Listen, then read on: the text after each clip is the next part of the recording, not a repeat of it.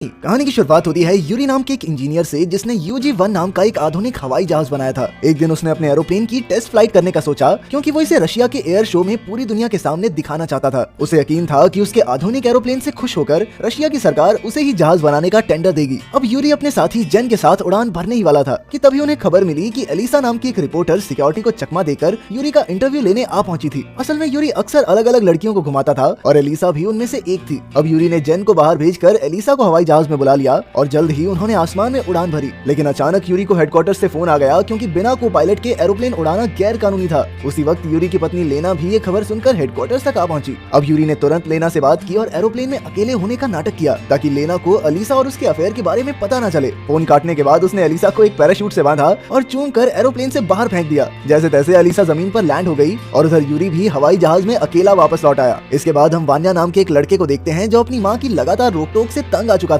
खैर वो स्कूल पहुंचा और तब हमें पता चला कि वो अपनी क्लास की लड़की पोलिन को बेहद पसंद करता था। लेकिन वान्या हमेशा डरा डरा सा रहता था, इसीलिए उसकी क्लास के बच्चे उसे हमेशा परेशान करते रहते। वहीं दूसरी ओर यूरी और जेन अपनी टेस्ट फ्लाइट सफल होने पर जश्न मना रहे थे। लेकिन तभी यूरी का एक पुराना बिजनेस राइवल पॉल वहां आ पहुंचा और उसे बुरा भला कहने लगा। जल्द ही उन्होंने शतरंज का मुकाबला करने का फैसला किया, लेकिन उसमें गोटियों की जगह वोडका के शॉट्स थे। जब भी कोई बारी हारता तो उसे एक शॉट पीना पड़ता था। बदकिस्मती से यूरी लगातार हारने लगा और जल्द ही वो शराब के नशे में धुत हो गया। जैसे ही वो बाहर से निकला तो बाहर लेना उसका इंतजार कर रही थी। यूरी नशे की हालत में गाड़ी नहीं चला सकता था, इसीलिए लेना ने उससे चाबी ले ली और उसे गाड़ी में बैठने को कहा। लेकिन यूरी ने उसकी बात नहीं सुनी और जेन की चाबी लेकर उसकी गाड़ी में निकल पड़ा। नशे की हालत में उसने एलिसा को फोन करके अपने साथ रात गुजारने को कहा और तभी अचानक उसकी गाड़ी की जोरदार टक्कर हो गई। यूरी की मौके पर ही मौत हो गई और उसी पल वो एक भूत बन गया। लेकिन यूरी को इस बात का कोई अंदाजा नहीं था कि वो मर चुका है। वो आराम से उठकर हॉस्पिटल में चलने लगा जहाँ उसे लेना दिखाई दी। उस बेचारी को अभी अभी यूरी की मौत की खबर मिली थी और उधर यूरी का भूत उसका पीछा करने लगा। लेना उसे देख सुन नहीं पा रही थी, लेकिन यूरी को लगा कि शराब वाली बात से नाराज होगी इसलिए इग्नोर कर रही है और वो उसके साथ ही गाड़ी में बैठ गया। वो पूरे रास्ते लेना से माफी मांगता रहा।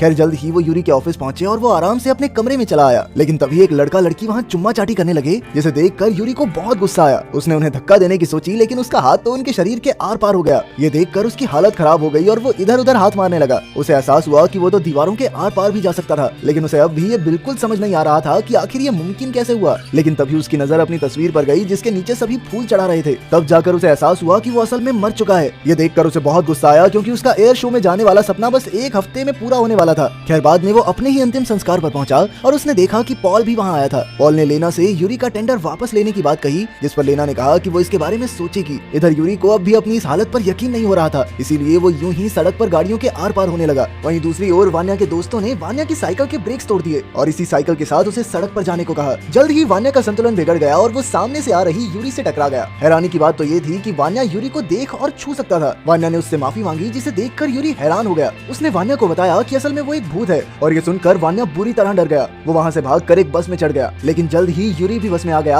और वान्या को खींचकर पीछे ले आया और फिर गलती से खुद बस से नीचे गिर गया। तब वान्या इतनी जोर से चिल्लाया कि पूरी बस के लोग उसे ही देखने लगे। इसके बाद वान्या जल्दी से अपने घर जाकर अपने कमरे में छिप गया, लेकिन यूरी तो यहाँ तक भी आ पहुंचा था। उसने वान्या को शांत करने की कोशिश की, लेकिन वान्या अब भी इस अनजान भूत से बुरी तरह डरा हुआ था। आखिरकार उसने हिम्मत जुटाकर यूरी से चले जाने को कहा, लेकिन तभी उसकी माँ ने उसे अकेले ही बात करते देख लिया। वान्या ने उन्हें समझाने की बहुत कोशिश की कि माँ मेरे कमरे में भूत है, लेकिन उसकी माँ ने सोचा कि वान्या की दिमागी हालत बिगड़ चुकी है, इसीलिए वो उसे एक दिमाग के डॉक्टर के पास ले गई। डॉक्टर ने वान्या की जांच की और कहने लगा कि इसको तो बहुत गहरा सदमा लगा है, ये बच्चा ठीक नहीं है। खैर यूरी ने वान्या का पीछा नहीं छोड़ा क्योंकि वो जानता था कि सिर्फ वान्या ही उसके UG-1 प्रोजेक्ट को पूरा कर सकता है। वान्या का भरोसा जीतने के लिए उसने क्लास में उसकी मदद की और आखिरकार वान्या उसकी मदद करने को राजी हो गया। इसके बाद वो दोनों एयर शो की मीटिंग में पहुंचे, लेकिन वहाँ जाते ही यूरी के पैरों तले जमीन खिसक गई। असल में यूरी के राइवल पॉल ने उस एयर शो में अपने हवाई जहाज का नाम दे दिया था और यूरी के एरोप्लेन को इस प्रोग्राम से बाहर ही कर दिया गया था। और तो और पॉल ने अलीजा को भी खरीद लिया था, जिसने झूठी गवाही दे दी कि यूरी एरोप्लेन उड़ाते वक्त शराब पीता था। ये सुनकर यूरी ने वान्या को उसके हक के लिए बोलने को कहा, लेकिन इतने लोगों को देखकर वान्या काफी घबरा गया और वो एक शब्द भी नहीं बोल पाया। खैर यूरी भी इतनी आसानी से हार मानने वालों में से नहीं था। अगले दिन जब वान्या स्कूल में डांस की प्रैक्टिस कर रहा था तो उसका डांस देखकर सब बच्चे उस पर जोर जोर से हंसने लगे और तभी यूरी उसकी मुश्किलें हल करने वहाँ आया। वो दोनों समझ चुके थे कि वो एक दूसरे का सहारा बन सकते हैं। वान्या ही यूरी के इस प्रोजेक्ट को पूरा करवा सकता था और इसके बदले यूरी ने उसकी सेटिंग पोलिन नाम की एक लड़की से करवाने का वादा किया। इसके बाद यूरी ने वान्या की ट्रेनिंग शुरू कर दी और उसे लड़कियों से बात करने के तरीके बताए। जल्द ही वान्या में जोश आ गया और वो पोलिन से बात करने लगा। फिर तो पोलिन ने उसे अपने जन्मदिन की पार्टी पर भी बुलाया। वहाँ पार्टी में भी उसने पोलिन की एक बेहद खूबसूरत तस्वीर खींची। तस्वीर देखकर पोलिन बहुत खुश हुई, लेकिन वान्या अपने मन में सोचने लगा कि हाँ अभी चांस है, लड़की हो चुकी है इम्प्रेस, किस करके डील क्लोज कर देता हूँ। लेकिन जैसे ही वो पोलिन को चूमने सुनने के लिए आगे बढ़ा तो पोलिन ने गुस्से में उसके कान के नीचे रैप्टा मारा। साले ठरकी। आखिरकार वान्या का दिल एक बार फिर से टूट गया था। खैर शाम को यूरी वान्या को चुपके से एयरपोर्ट पर ले आया जहाँ उसका UG-1 एरोप्लेन रखा गया था। वो दोनों चुपचाप हवाई जहाज के अंदर घुस गए, लेकिन तभी बाहर से उन्हें किसी ट्रक की आवाज सुनाई दी। असल में पॉल के आदमी यूरी का एरोप्लेन चुराने आए थे ताकि वो यूरी के इस प्रोजेक्ट का नामो निशान मिटा सकें। इधर वान्या और यूरी अब अंदर फंस चुके थे और जल्द ही ट्रक ड्राइवर एरोप्लेन को खींचकर सड़क पर ले आए। लेकिन यूरी अपनी 10 साल की मेहनत को यूं ही चोरी होते हुए नहीं देख सकता था, इसीलिए उसने वान्या से इंजन चालू करने को कहा। बेचारा वान्या तो साइकिल भी ढंग से नहीं चला पाता था, लेकिन यूरी के भरोसे वो हवाई जहाज चलाने को तैयार हो गया। फिर जैसे जैसे यूरी ने कहा वो करता गया और फिर वो दोनों प्लेन को एक सुरक्षित जगह पर ले आए। इसके बाद यूरी ने वान्या को जेन से बात करके उसे स्कूल में मिलने को कहा। अगले दिन जेन स्कूल के बाथरूम में वान्या से मिलने आया और उसकी बातों से जेन को यकीन हो गया कि जरूर यूरी की आत्मा वान्या के अंदर आ गई है। अब यूरी जेन को कोई खास जानकारी देने ही वाला था, लेकिन फिर उसे दाल में कुछ काला लगा। तब ये खुलासा होता है कि जेन तो अब पार्टी बदल कर पॉल के लिए काम करने लगा था, क्योंकि पॉल ने उसे वादा किया था कि वो उसे अपनी कंपनी में हेड बना देगा। ये देखकर यूरी ने वान्या को वहाँ से तुरंत भाग जाने को कहा, लेकिन जल्द ही जेन ने वान्या को पकड़ लिया। उन दोनों में हाथापाई होने लगी और जल्द ही वान्या बाथरूम में छिप गया। वो यूरी की कही हुई बातें दोहराने लगा। आखिरकार वान्या के जरिए यूरी ने जेन को एहसास दिलाया कि ये प्रोजेक्ट उनके लिए कितना मायने रखता था। लेकिन फिर जेन ने यूरी पर इल्जाम लगाया कि साले लड़कीबाज, तेरी फिजूल खर्ची के चक्कर में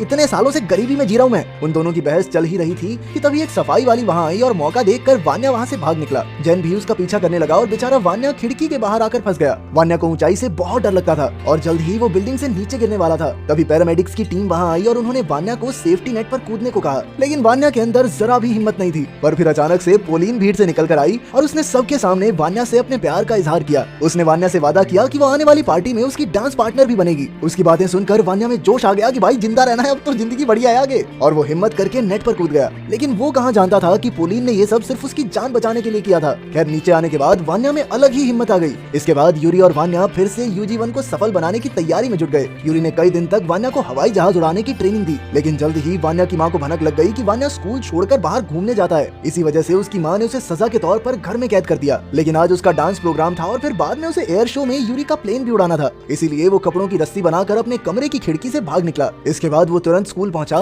लेकिन वहां जाते ही उसका दिल चकनाचूर हो गया। पोलिन ने तो किसी और लड़के को अपना डांस पार्टनर बना लिया था और तब वान्या को पता चला कि उस दिन पोलिन ने जो कुछ भी कहा वो सब वान्या पर दया खा के कहा था। उसकी सारी उम्मीदों पर पानी फिर गया था, इसीलिए उसने अपना चक्कर छोड़कर यूरी का मिशन पूरा करने का फैसला किया। इसके बाद यूरी और वान्या उस खुफिया जगह पर पहुंचे जहाँ UG-1 खड़ा था। यूरी के सहारे उसने इंजन चालू किया और धीरे धीरे एरोप्लेन को हवा में ले गया। जल्द ही वो दोनों एयर शो में पहुंच गए और यूरी के एरोप्लेन को वहां देखकर पॉल और बाकी कंपनियों के तो होश ही उड़ गए। खैर जल्द ही वान्या ने हवाई जहाज लैंड किया और उसके बाहर आते ही चारों ओर रिपोर्टर्स की भीड़ जमा हो गई। उसी वक्त जेन को भी अपनी गलती का एहसास हो गया और उसने वान्या से माफी मांगी। आखिरकार यूरी का सपना पूरा हो चुका था, इसीलिए उसने धरती से विदा लेने का फैसला किया। उसे जाता देख वान्या की आंखें भर आई। उन दोनों ने एक दूसरे को आखिरी बार गले लगाया और इसी के साथ यूरी चला गया। अंत में हम देखते हैं कि पोलिन को भी अपनी गलती का एहसास हो गया और उसने वान्या से माफी मांगी। ये